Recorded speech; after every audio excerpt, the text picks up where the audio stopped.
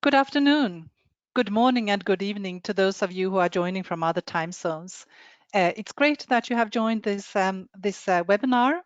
Today, we will talk about climate change and science-based targets. More than ever, climate change is one of the most important and pressing global challenges of our time.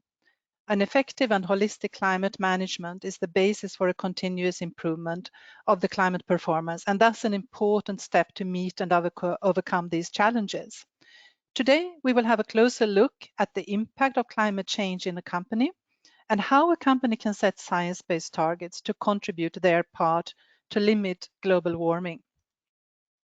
My name is Karen Ekberg, and I'm the CEO and founder of Leadership and Sustainability. And let me just give you a brief introduction about our company and my own background.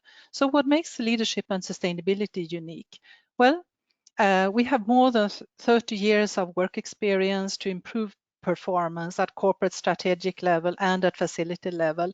And when I speak about improving performance, that is one of the most important things we have in our mind. We always want to create results. We think that that is really important to do.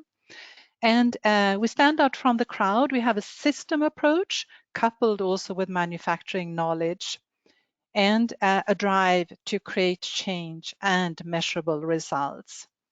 I have also worked at Adidas, responsible for environment globally during several years, and previously I was responsible for sustainability at a company called Assa Abloy.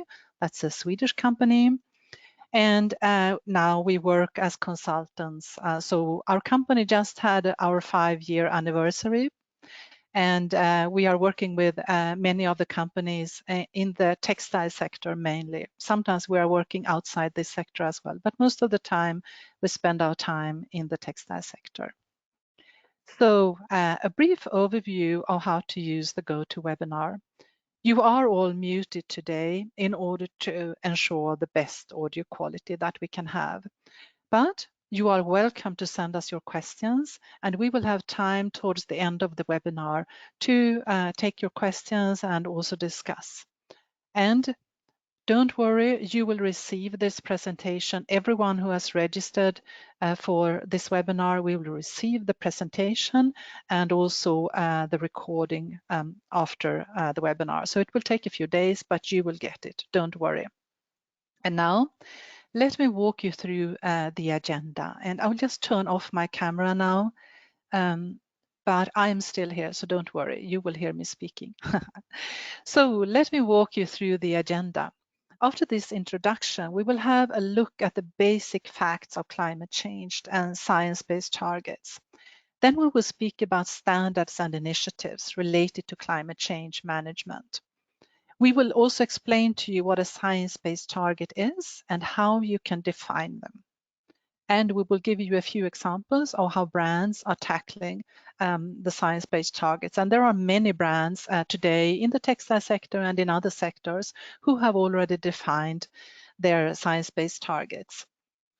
We will also cover some potential actions you can take to reduce your greenhouse gas footprint. And we will also have time for question and discussion. And at 5 p.m. our time here, we will be ending this webinar at the latest. So at first, we will have a look at some basic facts about climate change.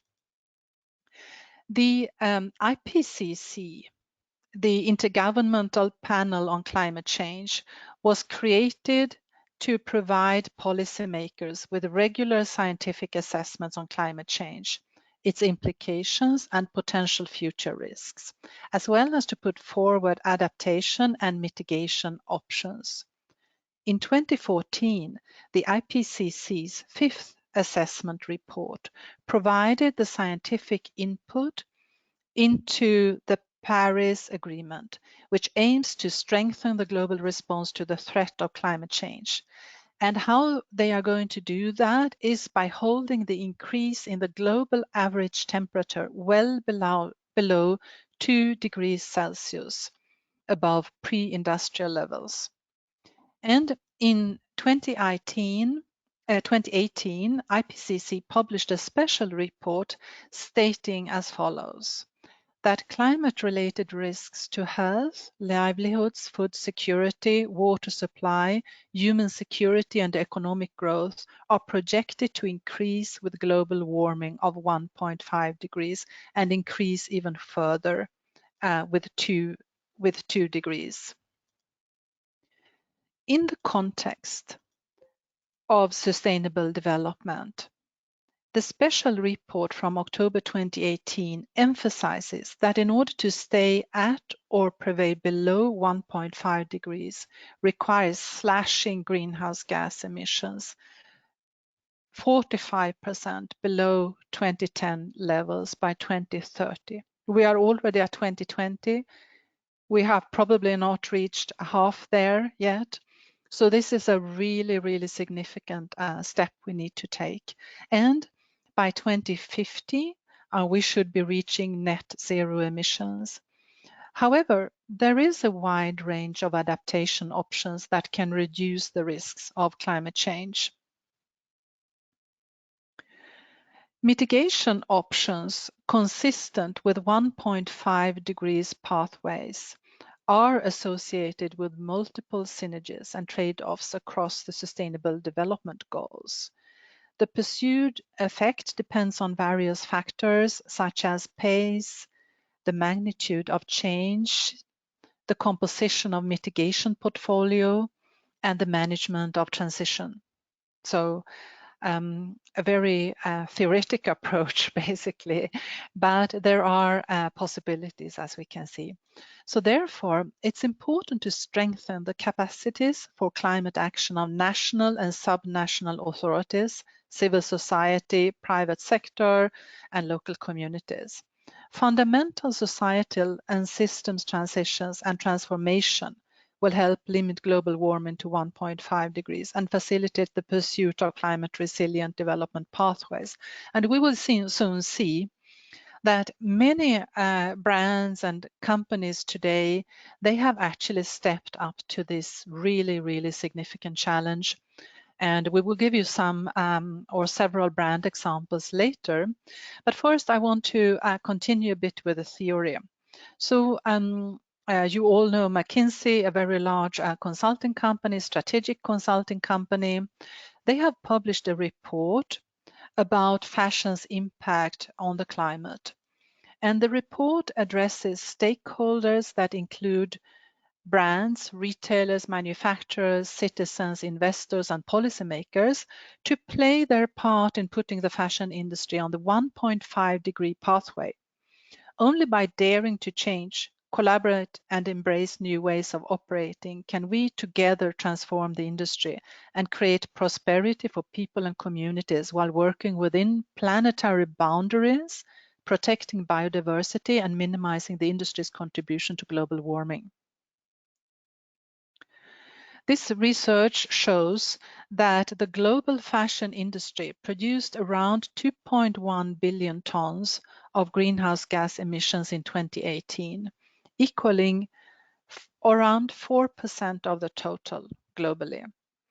This is equivalent to the combined annual greenhouse gas emissions of France, Germany, and the United Kingdom.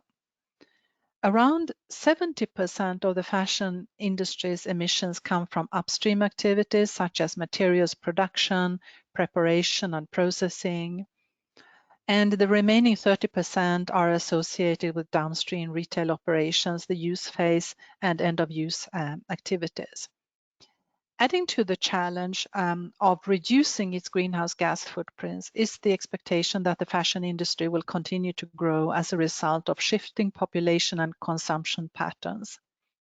So if no further action is taken over the next decade, beyond measures already in place, the industry's greenhouse gas emissions will likely rise to around 2.7 billion tons a year by 2030. So from 2.1 in 2018 to 2.7 in 2030, reflecting an annual volume growth rate of 2.7%.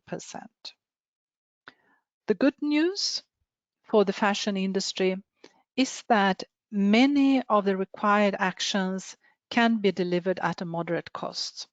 And we will have a look at this specifically a bit later today. So you will see a lot of numbers here on what we can do, which actions, and at what costs, respectively, about at which savings. And the scale of change required implies a need for bold commitments. So stakeholders throughout the value chain need to be willing to make bold commitments. As I mentioned already, brands are stepping up. And of course, we should not only speak, we need to act as well. So not only commitments, we also need bold actions, transparency, collaboration, and joint investment. And as you will see later, we will be talking about scope 1, 2, and 3, where scope 3 is then either upstreams or downstreams outside your own company. And of course, in order to reach anything there, you will need to collaborate a lot with your different partners in your value chain. And beyond 2030, the challenge becomes even greater in order to stay on the 1.5 degree pathway. So if we look at all the projected growth scenarios, etc., we know that our population will continue to grow and consumption will therefore also continue to grow. So we basically have to decouple our actions or our production and our value chains from consumption. And as Hans Otto Pörtner, the co-chair of the IPCC working group, too once said, every extra bit of warming makes a difference, and so do our actions as well. So we actually can take actions. It does make sense, and it is valuable.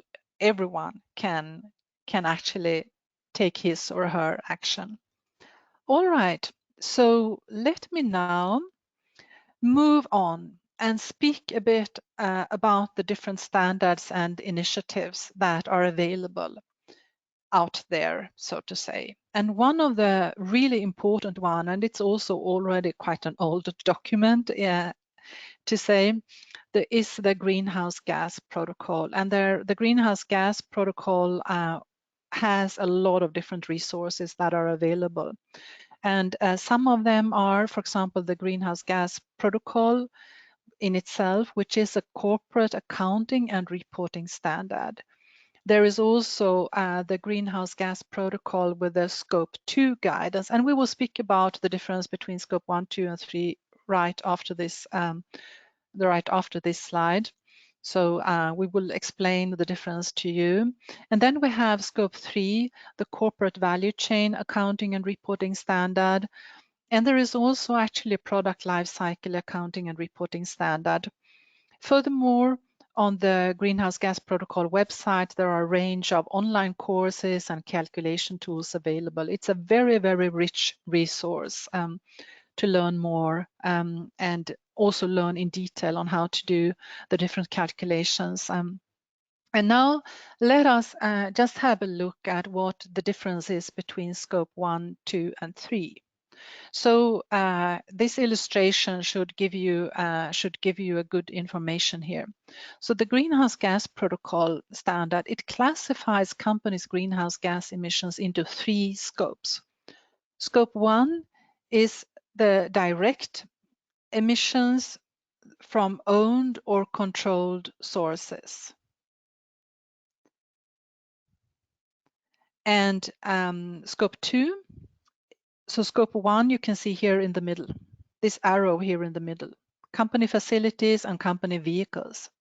Scope 2 are indirect emissions from generation of purchased energy. So here we have scope 2, purchased electricity, purchased steam, heating, and cooling for your own use.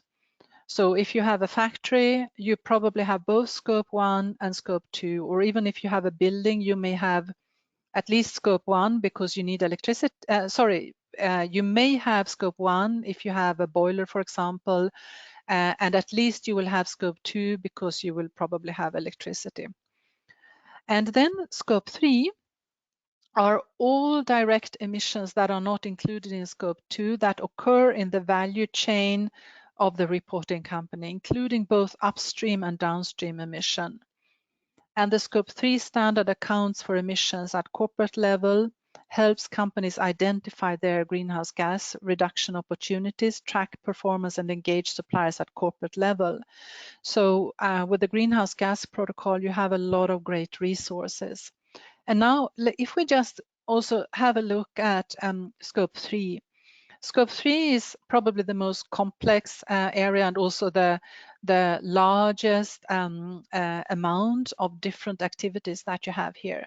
So you see, we usually talk about upstream activities, then you have the reporting company or organization entity, and then we have the downstream activities. So just to name a few examples in the upstream activities, we can have purchase goods and services.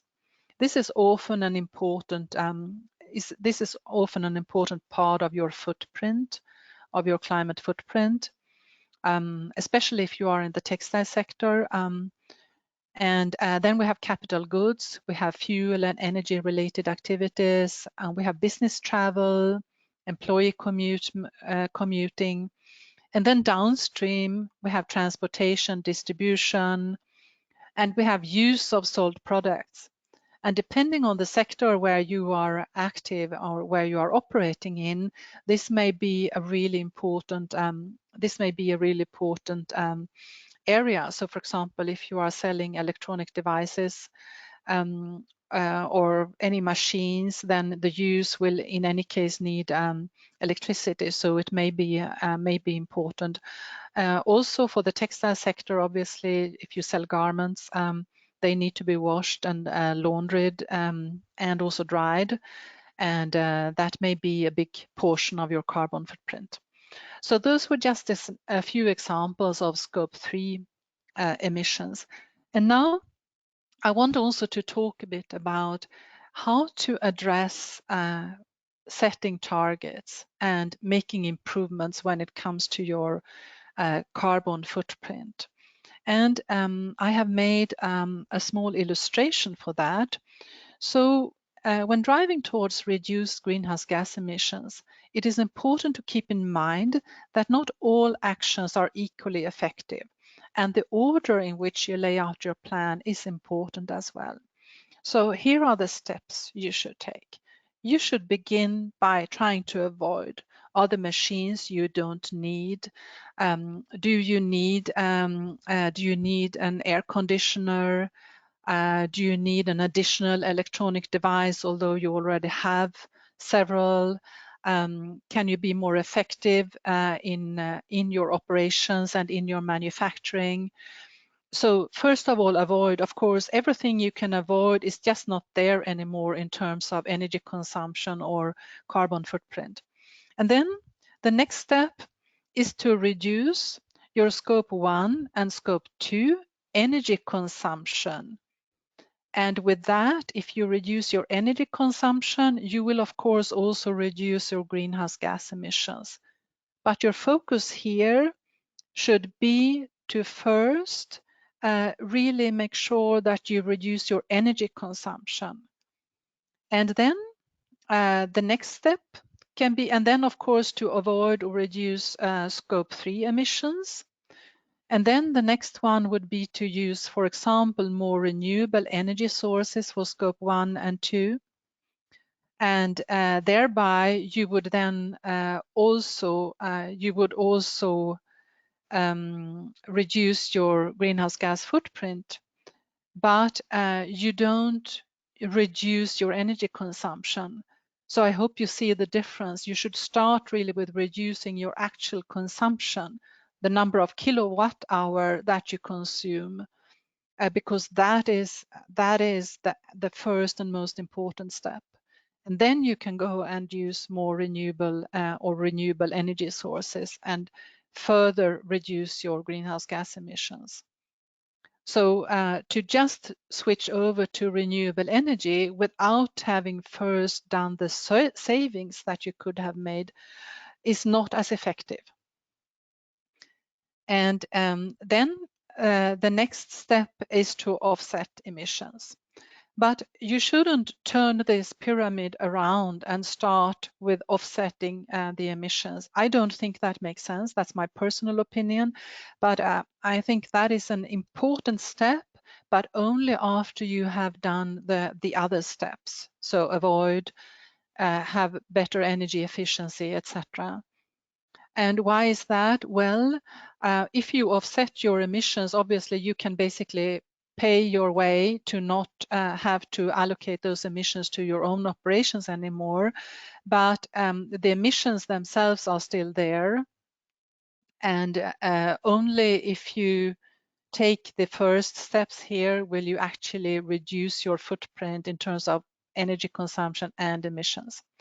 So offsetting may be a nice thing to do, but it's not the first thing you should do, in my opinion. And so that is the priority, the hierarchy when it comes to developing your climate change strategy. And now I would like to turn a bit to the European Union, because there are some really important things happening in the European Union in terms of the topic climate change. So let's have a look at the European Union Green Deal and the related commitments for climate change. The EU Commission has proposed a European climate law, turning political commitment into legal obligation and also a trigger for investment. And reaching this target requires action by all sectors of economy, including the industry, energy sector, the buildings, and mobility. And the industry that should support to innovate and to become global leaders in the green economy. It includes also, for example, decarbonization of the energy sector. Buildings should be renovated to help people cut their energy bills and energy use. And lastly, the mobility sector should roll out cleaner, cheaper, and healthier forms of private and public transport. And we know that there is so much we can do. There are so many different options out there. Buildings that are not energy effective, for example, that don't have good insulation, that have windows with only one piece of glass instead of three, etc. And so there is really a lot of options available there. And what the European Union Commission wants to do is to become climate neutral by 2050. So the Commission will make proposals to increase the Union's climate ambition for 2030. And relevant energy legislation will be reviewed and, when necessary, revised by June 2021. And then the member states will update their national energy and climate plans in 2023. And the ambition is that we by 2030 should have reduced the climate or reduced the greenhouse gas emissions by 50 to 55% compared to 1990.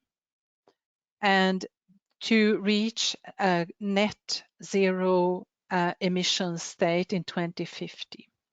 So as well, very, very challenging. And now I would like to go through a bit the four different sectors that we were mentioning before. So for the industry, achieving the European Union's climate and environmental goals requires a new industrial policy based on the circular economy. So industries must be helped to modernize and exploit opportunities domestically and globally. A key aim will be to stimulate the development of new markets for climate neutral and circular products. The transition is an opportunity to foster sustainable and job-intensive economic activity. The first focus is set on resource-intense sectors such as textiles, construction, electronics, and plastics. And to energy, decarbonizing the European Union's energy system will be critical to reach our climate objectives. So no coal anymore, no oil anymore, And the production and use of energy account for more than 75% of the European Union's greenhouse gas emissions. So the key principles lie in prioritizing the energy efficiency, securing an affordable EU energy supply, and to have a fully integrated and interconnected energy market. When it comes to buildings, they account for 40% of the energy consumed. The Commission will launch an open platform bringing together the buildings and construction sector, architects and engineers, and local authorities to develop financing possibilities, to promote energy efficiency in buildings, and to pool renovation efforts into large blocks to benefit also from economies of scale. Let's turn to mobility as well. Transport accounts for a quarter of the union's greenhouse gas emissions, and these continue to grow. More freight should be transported by rail or water, and the single European sky should significantly reduce aviation emissions at zero cost to consumers and companies.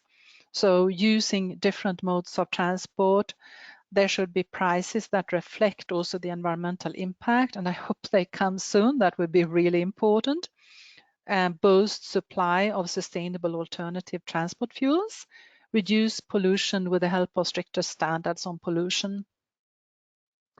And so that was the European Union Green Deal, which is a really, really ambitious plan. And now let's turn to some initiatives initiatives that are around here. So we have, for example, also the UN Fashion Industry Charter for Climate Action. It was created by fashion stakeholders and launched in 2018 at the 24th Conference of the Parties to the UNFCCC. The Fashion Industry Charter contains the vision to achieve net zero emissions by 2050. So we have a similar trajectory as the European Union. Among the holistic commitments to a suite of ambitious climate actions, signatories of the Charter commit to a 30% Scope 1, 2, and 3 greenhouse gas emission reduction by 2030, and the creation of a decarbonization pathway drawing from methods from the Science Based Targets Initiative. And we will hear more about the Science Based Targets Initiative very soon. The Fashion Industry Charter for Climate Action goes beyond previous industry-wide commitments. It includes that target of 30% reductions and also a commitment to set that decarbonization pathway, which is really interesting. So we are talking about really, really long-term plans here that the fashion industry are committing to set. And here you see some of the signatories. There are actually more than 100 organizations that have committed so far. So the numbers or the brands that you see here are just a small portion of those in total 100. Then we have another fashion initiative, and that's the Fashion Pact and its climate commitment. And under actually some political pressure, let's say, from France, around 150 fashion companies and brands, including Chanel, Prada, and H&M, have signed on to this new climate commitment. As a result of the G7 summit in 2019, the Fashion Pact was launched. Target will build on existing initiatives. So this is not basically a total standalone initiative. They are drawing from many different initiatives and organizations that we have. And the objectives, they draw on the Science Based Targets Initiative, but will focus on 3 essential areas: global warming, biodiversity, and the oceans. So those are the 3 pillars of the Fashion Pact. And the signatories, and here you see some of them. Today there are 50 plus signatories to this Fashion Pact. And although this is not like legally binding or so, signatories aim at reporting annually on their progress. And the pact arises from the One Planet Summit that gathered more than 4,000 participants to accelerate the implementation of the Paris Agreement and to engage public and private actors in the fight against climate change. All right, so those were those initiatives, and now let's move to the Science-Based Targets Initiative. So the Science-Based Targets Initiative is a partnership between CDP, the former Carbon Disclosure Project, UN Global Compact, WRI, which is the World Resources Institute, and WWF. And their aim is to limit the global warming below 2 degrees Celsius, calling for an alignment towards 1.5 degrees Celsius.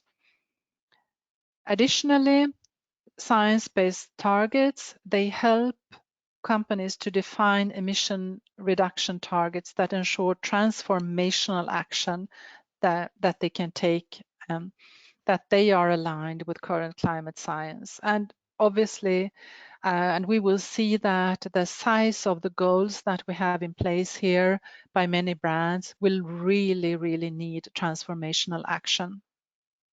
So it is used to increase innovation, reduce regulatory uncertainty, so basically you are ahead of the regulation, strengthen investor confidence and credibility, and to improve profitability and competitiveness.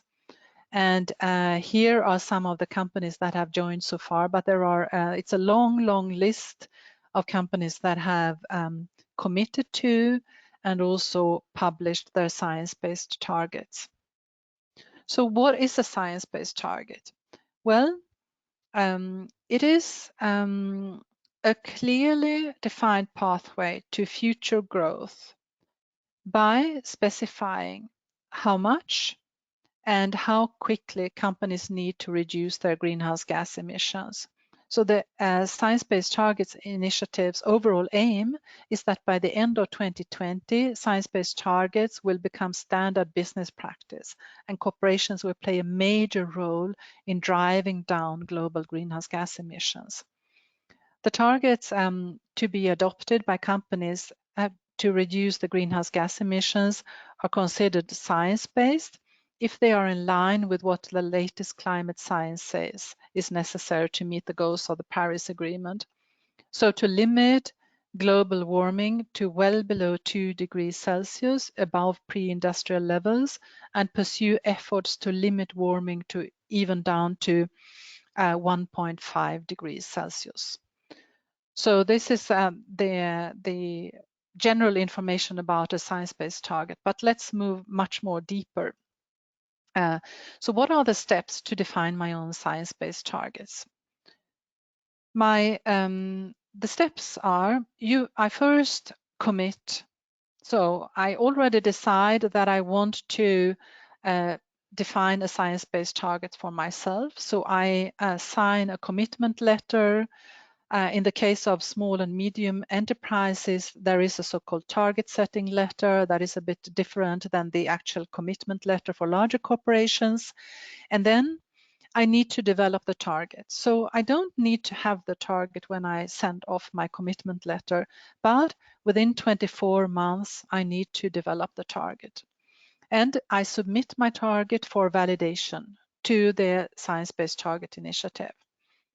And then after that, once it is approved, there may be some changes I need to make, perhaps I need to change my calculations, etc. And then I can announce the targets. And of course, the most important part, start working towards the target. Monitor and also publish an annual report on my progress. And we will move now and discuss some of the rules for how to setting science-based targets. But I want to begin by just explaining two quite important differences. So we often talk about an absolute target, which means that I want to reduce my greenhouse gas emissions over time in units of metric tons of carbon dioxide. So this is an absolute target. A normalized target, or here it is called an intensity target. This is the reduction in the ratio of greenhouse gas emissions relative to another metric. And this can be different. It can be an output, a production output, for example. It can be a sales number, a revenue number, or an added value number. But the idea here is that you, through this normalization, through this intensity target, you have a target that is related to something else, and that therefore may be more easy to follow over time and compare over time. If you have very different production volumes, for example, to have an absolute target might be more difficult. But we will see, according to the Science Based Target Initiative, those two different types are actually very strongly linked to each other. And so some examples could be for absolute targets, for example, to reduce the total Scope 3 emissions by 10% from 2020 levels by 2025, but then measured in carbon dioxide, in metric tons of carbon dioxide. Or for intensity, you could also say you would reduce your Scope 3 emissions in carbon dioxide per unit of revenue by 25% from 2022 levels to 2025. All right, and now let's come to the rules. And here I will actually now narrow it down a bit and speak specifically about apparel and footwear, because there is a guideline. The Science-Based Target Initiative has developed sector-specific guidelines for some sectors, among others for the apparel and footwear sector. And I have chosen here to focus on those guidelines. So let's have a look at some of the basic rules. The targets, they must cover a minimum of 5 years and a maximum of 15 years. You should not include targets that you have already achieved. So for example, let's say from 2015 to 2018, you have already reduced the greenhouse gas emission by 10%. You may not put these 10% into your new target. Those targets should always be looking forward, looking into the future. And the base year, the base year is the starting point. So that is when you say, okay, I take the emissions I have in this specific year, and I say, this is my starting point, and I compare everything in the future with this result that I had in my base year. And this should be the most recent year for which data is available. So you should not go back to 2010 and take a base year 2010, but you should really take the base year where you already have complete data. Yeah, and then the targets for Scope 1 and 2, they should be consistent with a trajectory well below 2 degrees Celsius. And the use of offsets does not count. So remember the pyramid I was showing at the top, you have the offsets that you can do once you have done everything else. And within the Science-Based Target Initiative, offsetting does not count at all. So don't bother about offsets related to your science-based targets. And then also avoided emissions do not count either. And target to source renewable electricity, they are acceptable. So that's fine. And then Scope 3 must be included if it accounts for more than 40% of Scopes 1 to 3. So if you do your entire footprinting over Scope 1, 2, and 3, and then you may have a significant own manufacturing, but if Scope 3 accounts for more than 40%, then you must include it. And I believe that most apparel and footwear brands will have scope 3 that is larger and even much larger than 40%. If you are a manufacturing entity yourself, depending on your manufacturing, it may be a different story. Okay, and now the methods for scope 1 and 2. So and here we have 3 different methods. We can calculate with absolute contraction, so with absolute values, and this is recommended by SBT, by Science Based Targets Initiative. And here all companies reduce absolute emissions at the same rate. And it should be for well below 2 degrees. You need to have a minimum 2.5% annual linear reduction. So minimum 2.5%. And for 1.5 degree, you need to have a 4.3% annual linear reduction. So you can imagine this is actually quite significant. So if you count now 10 years ahead from 2020, we are really talking about somewhere between 25 to 45% reduction in total. For physical intensity, so intensity is the normalized value where you divide with another value, for example, based on product portfolio. And here we should this should lead to the same absolute reductions as for absolute contraction. So that is why I said that they are actually very much connected. So it doesn't basically help to avoid a very significant goal by going to physical intensity. You still need to check that your physical intensity goal will lead to the same absolute reduction as for absolute contraction. And then there is one more, and that's the economic intensity, where we look at, for example, per unit of value added or per unit of sales or per unit of revenue. And this one should also lead to the same absolute reductions as for the first method, the absolute contraction method. All right, so a bit complicated, but anyway, you see what we are talking about is really somewhere between 2.5 and 4.3% annual linear reduction in absolute terms. And now for scope 3, we have some specific rows. And first of all, I just want to give you that information. And you saw the picture with the scope 1, 2, and 3. Scope 3 has 15 categories, 15 different activities that contribute to scope 3 emissions. And so here, companies must complete a scope 3 screening for all the relevant scope 3 categories.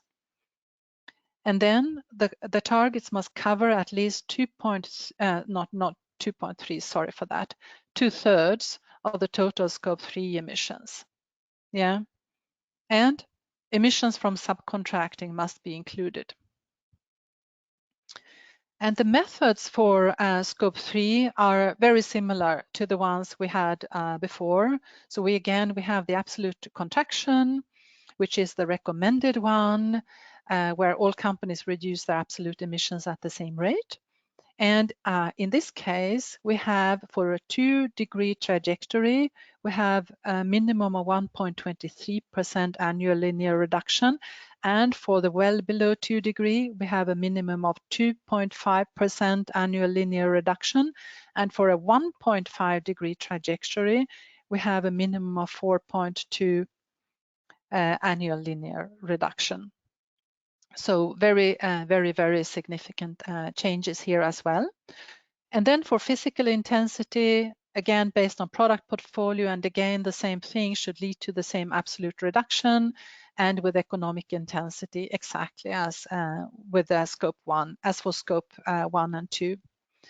And now let me move on. So this was a lot of theory, and now we will have some examples, finally, some really nice brand examples. And let us start with ASICS.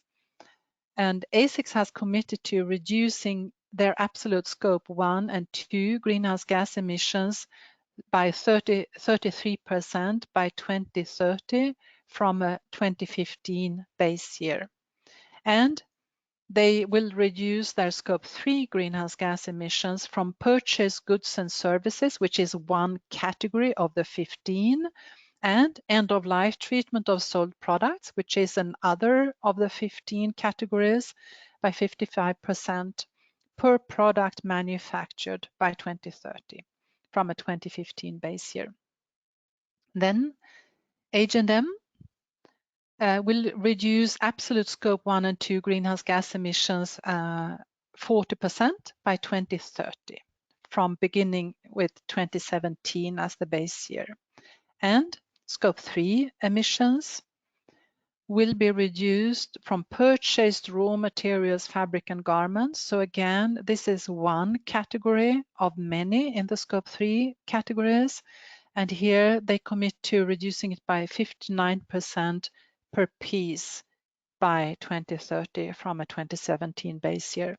And you see they relate to, they have the intensity target. So they have probably made also the calculation then that this in absolute terms will also still reach the linear reductions that we want to see. Then we have Kering. Kering will be reducing scope 1, 2, and 3 emissions from upstream transportation and distribution, from business air travel, from fuel and energy related emissions by 50% per unit of value added by 2025 from a 2015 base year. So already in 2025, they have this goal. And in addition, they commit to reduce scope 3 emissions by 40% from purchased goods and services. So this is one category, but one of the major categories within the upstream scope 3 categories. And with the same time frame, so they also have 2025 here. And then we have, and this is the second last example, we have Levi's reducing absolute scope 1 and 2 emissions 90% by 2025 from a 2016 base year. So very significant saving by 2025, 90%, that's a lot. And in addition, regarding scope 3, reducing emissions from purchased goods and services. You see it's similar to the previous goals we have seen by 40% by 2025 compared to 2016. And let's have our last example. Marks & Spencer will be reducing absolute scope 1 and 2 greenhouse gas emissions by 80% by 2030 compared to 2007. I might need to check that if that's really 2017. I think it should be 2017. Yeah, it must be 2017. And then, oh, sorry. And then the longer term vision is to achieve 90% absolute greenhouse gas emission reductions by 2035. And here as well, it must be 2017. And to reduce the scope 3 greenhouse gas emissions by 13.3 metric tons of carbon dioxide between 2017 and 2030.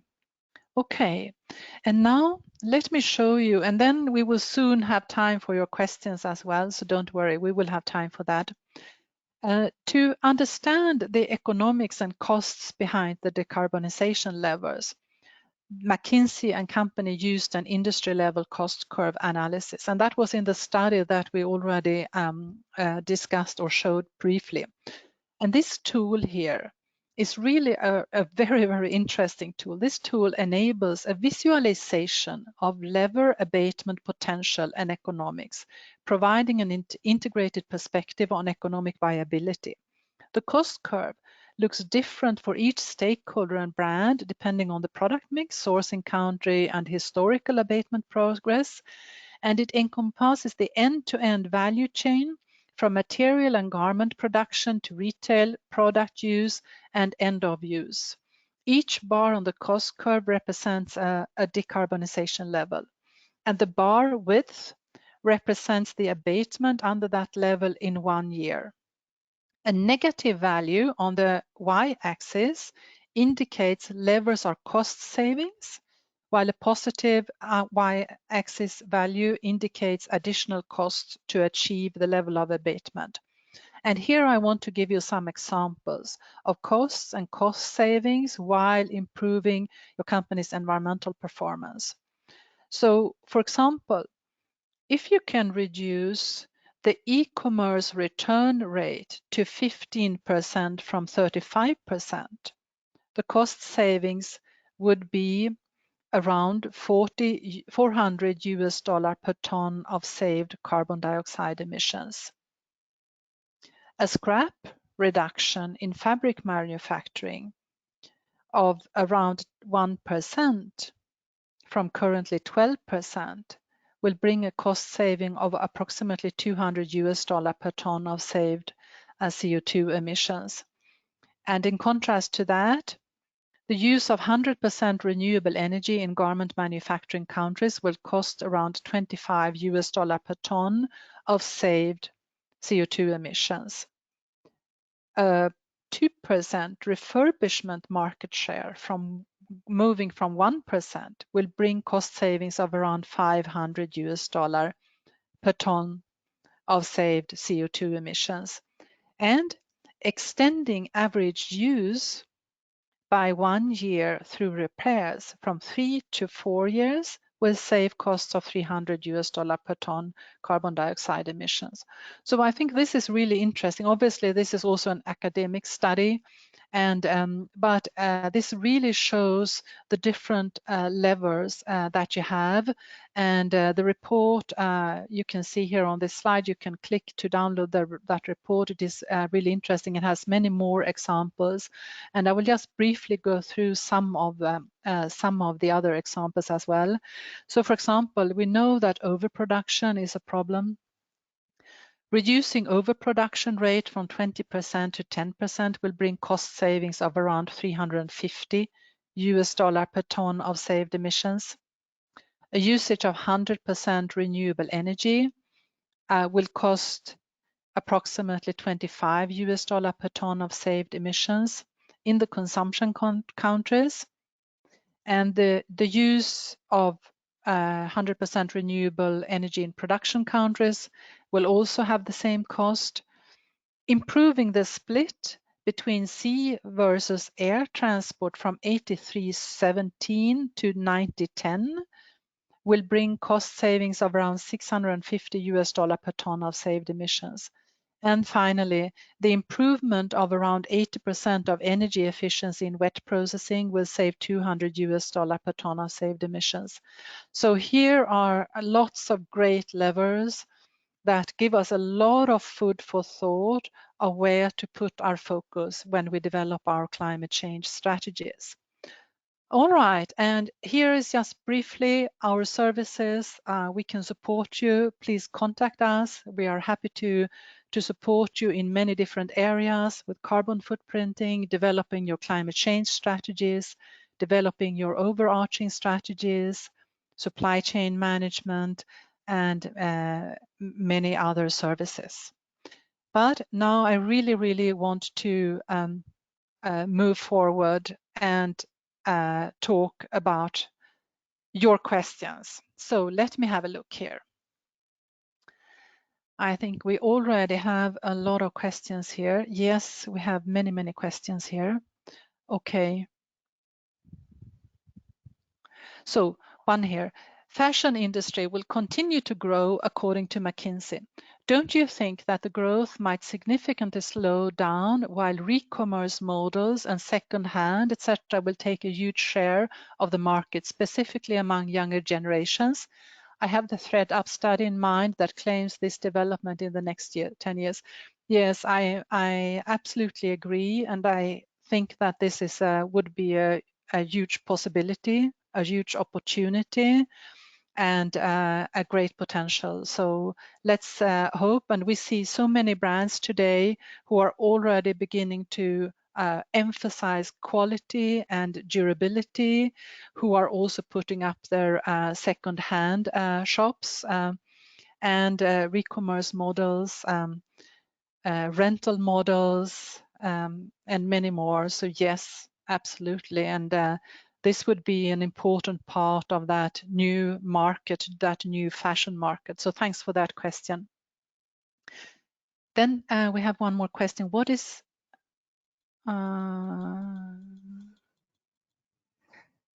the difference between transportation and distribution in upstream and downstream activities in Scope 3? Yes, it's just that you have the transportation and distribution either in your upstream supply chain or downstream in your supply chain. So downstream would be from your distribution centers to your shops, and then from your shops to the consumers, and from the consumers to perhaps the landfill or whatever end of life scenario we have there. And then we have another question. Good. Isn't offsetting an outdated concept? Achieving Paris Agreement target of 1.5 degrees means to be net zero. The IPCC report clearly says that net zero won't be practical because there will be emissions that are not avoidable. These unavoidable emissions that remain have to be removed by carbon dioxide removal, storage, and not offsetted. Would you agree that we as an industry should promote carbon removal rather than offsetting? Well, I mean, you are an absolute expert in this area. I will not call you out because we have a very large audience here, but of course, I know that you talk from your long expertise here. And I totally agree. I think that offsetting is not the best way forward, and it is not. It's just something you buy, but hopefully at the same time promote great projects like reforestation, for example. But I also think that carbon removal is something very interesting. I am not so sure how feasible carbon removal really is, how technically possible it is, and to what price. And that's where I think that yes, as you say, we still need a net zero, and in order to get to net zero, we need to have one way of really removing the carbon. But how we are going to do that, I don't think there is any solution available that is really technically feasible and also economically viable. But I also think that will take a long time. And in the meantime, we need to reduce our energy consumption and move to more renewable energy sources. Yes. So let me see here. We have more questions. Yes, so at the end, SBTs requires absolute targets, right? And yes, that was what I said with the connection between the intensity and the absolute targets. In the end, they actually require absolute targets. That is how I understand it as well.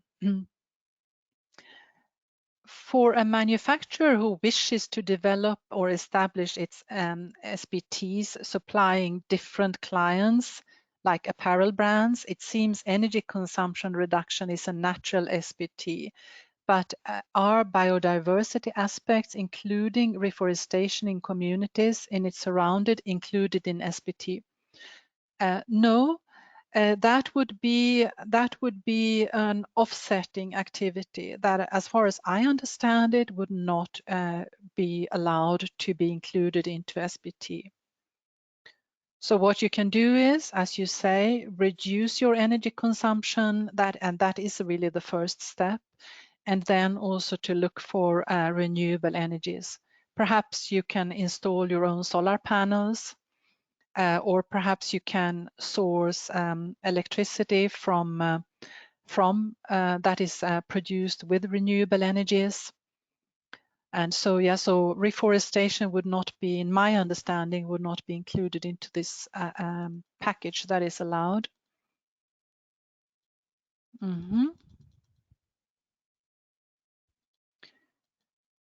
Someone wants to see the ASICS targets again. We can do that. We can go there briefly. Here, now you can see the ASICS target again. Yeah. Okay, and we have many questions here. Yeah. How should companies set intensity-based targets in organizations that are targeting considerable year-on-year growth? Yes, exactly. This is the problem, because the idea about having intensity-based targets is that you basically then cater in your growth. So, for example, if you say that you have 1 ton of carbon dioxide per a certain number of products, if you increase your production, you would increase your carbon dioxide, but by having that intensity ratio, it will still stay constant. But obviously, as we already discussed, you need to link it to the absolute targets. So in that case, you need to include into your projection the year-on-year growth that you estimate that you will have. So if you have 3% year-on-year growth or whatever you have, you need to include that into your projection, and then you need to make sure that your target is adapted to fit that as well. So basically, if you are growing a lot, your challenge to reduce your greenhouse gas emissions will be even larger. Yeah, that's a fact, absolutely. So that's the case. And now we are actually now beginning to come to the end. And let me see, do the per piece. I will just take another 2 minutes. I hope you allow for that. Do the per piece emission have to drop at a rate that would deliver the appropriate absolute emission abatements after the growth rate has been taken? Yes, it must. And is it possible to reach net zero greenhouse gas emissions? It is really unbelievable. So, and I agree with you, we don't know how to get there yet. The challenge is immense. A question, can we get the presentation? Of course, you will get it on Monday. You will get the presentation and also the recording. And I thank you so much for joining here. And I will go through the question once more afterwards. And if there is anything else that I haven't responded to yet, I will contact you separately. So thank you so much for joining. And you will receive a survey once you log off. Please complete that survey for us so that we can get feedback about what you think about us and our webinars and this topic. And here you can see our team as well. And with that, thanks a lot. Goodbye.